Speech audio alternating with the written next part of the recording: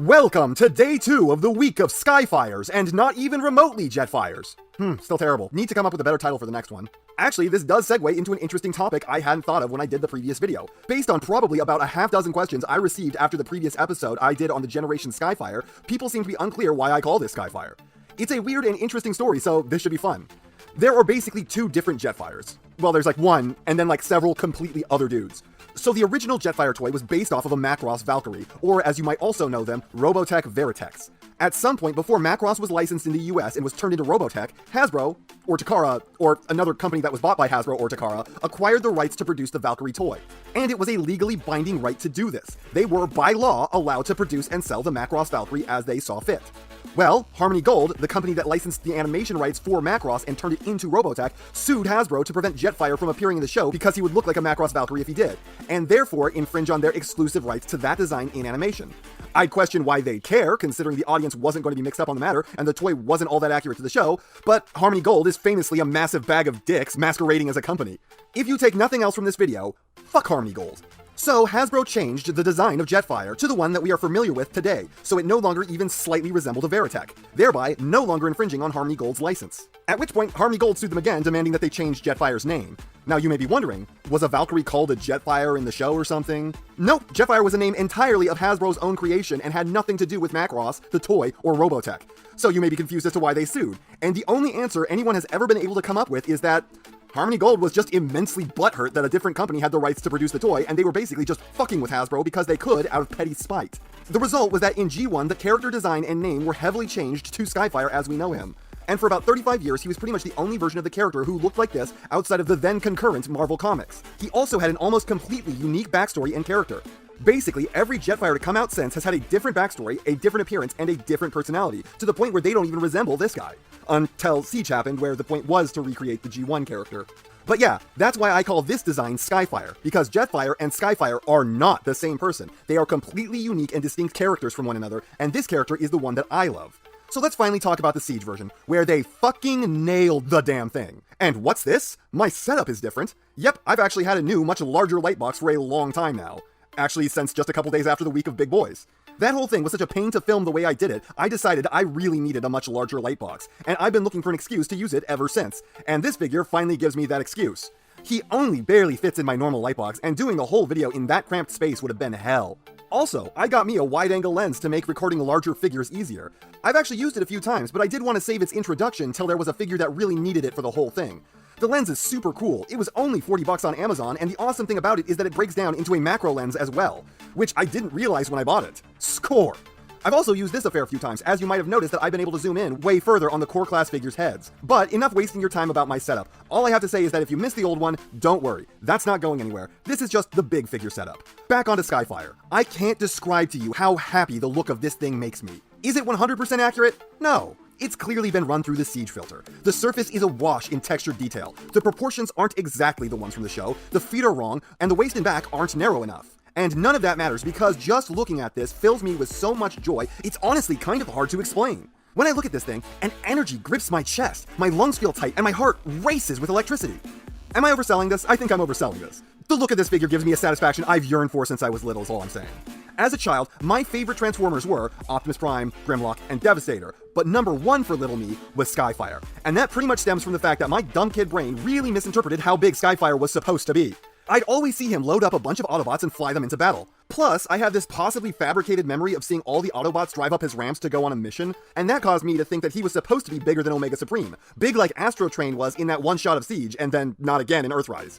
So large that he could fit the entire Autobot army inside of him and carry them across the stars like a slightly cramped arc. I never put 2 and 2 together that you only ever see minibots fly in him. I mean, Skyfire is supposed to be hella big, but like double the size of the next biggest normal guy, like twice the size of Grimlock big. So while I do prefer my childhood headcanon where he's the biggest thing ever, I do have to admit that this is pretty close to being in scale, and it's already a really satisfying size. It's actually a good bit bigger than the larger Masterpiece scaled figures. Those are 8 inches, this is 10. It's a great size, especially when scaling with normal chug, but it also works okay with MP scaled figures, especially the smaller ones at least, and it feels beefy. There is such a thing as too big. Take for example, Fans Toys announced 4-foot tall Fortress Maximus.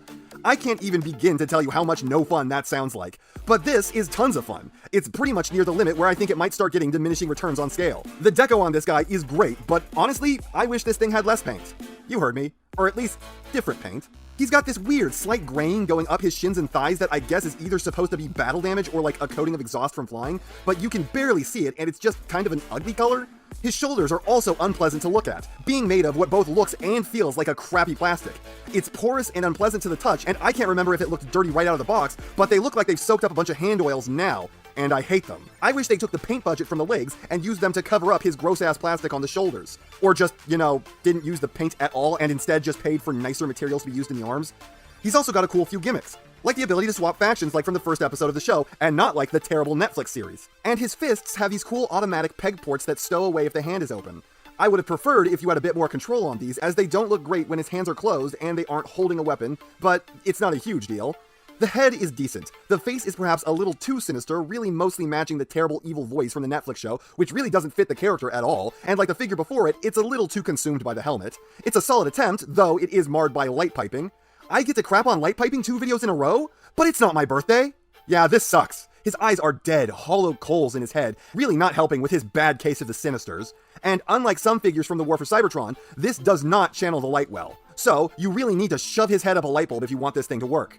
And for some reason his forehead lights up too? Okay. To use the scientific term, this guy comes with a metric crapload of accessories, all of which can be assembled into this at least decent-looking drone, though this is mostly holding together on one of the sturdier forms of hope alone. He also comes with hands down my favorite set of siege blast effects. I find these to be significantly more useful than any others, having the right amount of explosiveness and directedness. According to the program I use to write these videos, that is in fact a word. He's got several missiles. These ones break down into 2 parts, and you can combine them with siege blast effects to mimic them firing. Then you've got these buckler guns. I probably find these to be the least useful of his accessories. They're just hard to line up on his arms properly. Then he's got this big weird thing that breaks down into a chest piece and a helmet. The torso part is a pain in the ass to get on because you need to flip out these tabs on the chest, and once it's on, they don't like to let go. Is there no reason this didn't peg into these ports here? They were right there for the using. My helmet has a nasty paint mishap that I've been trying to get rid of since I got it, but that's barely done anything other than scuff up the visor. I think this is supposed to be another reference to the Valkyrie? Lastly, he comes with his famous weird double rifle, and oh, I love this version of it. This particular reinterpretation looks so badass, and it breaks down into 2 almost equally awesome rifles. So this guy is pretty strong on the accessory front, and on the posing front, he's putting on a respectable show. Head's got a little more uprange than normal, but no down. The shoulders do everything you expect of them, but no butterfly, and there's basically nothing holding them there, so they will readily untab.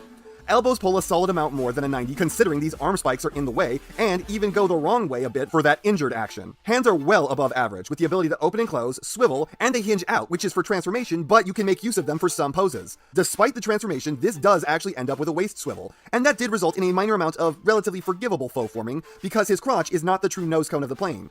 I do wish it was, but at the same time, if it were, then how exactly could this have rotated? Thighs do a reasonable job, only really limited in their backwards movement a little by the backpack, and the sideways movement is slightly loose.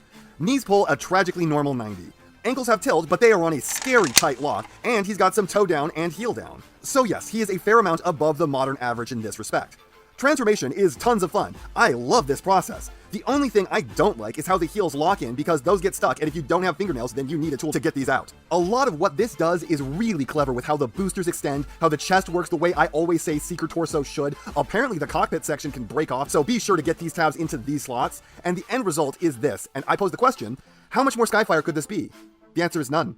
None more Skyfire. This is everything I could ask for in an alt mode, for the most part at least. The underside is really ugly and hollow. I do wish there was something that could have been done to cover this up. You can open up the cockpit and remove this part to allow a Titan Master to pilot him. And if you are willing to fight it really hard, you can fit another 2 into his backpack right here. It also has these handles that other figures can hang onto so they can ride into battle. It's got landing gear that rolls shockingly well. Like, I once showed a group of friends how well this thing rolls by sending it down a 10-foot table with a car bot from Siege right beside it, and everyone just about died laughing because the car stopped about a quarter of the way down the table, while Jetfire here ended up almost falling off. It's even got functioning these things. I don't know what these things are called, but it's got them. And just the general look of this thing I find to be super cool. I love that it's not sleek at all. It's just an absolute flying brick that only remains airborne by having an unconscionable amount of thrust firing out of these boosters.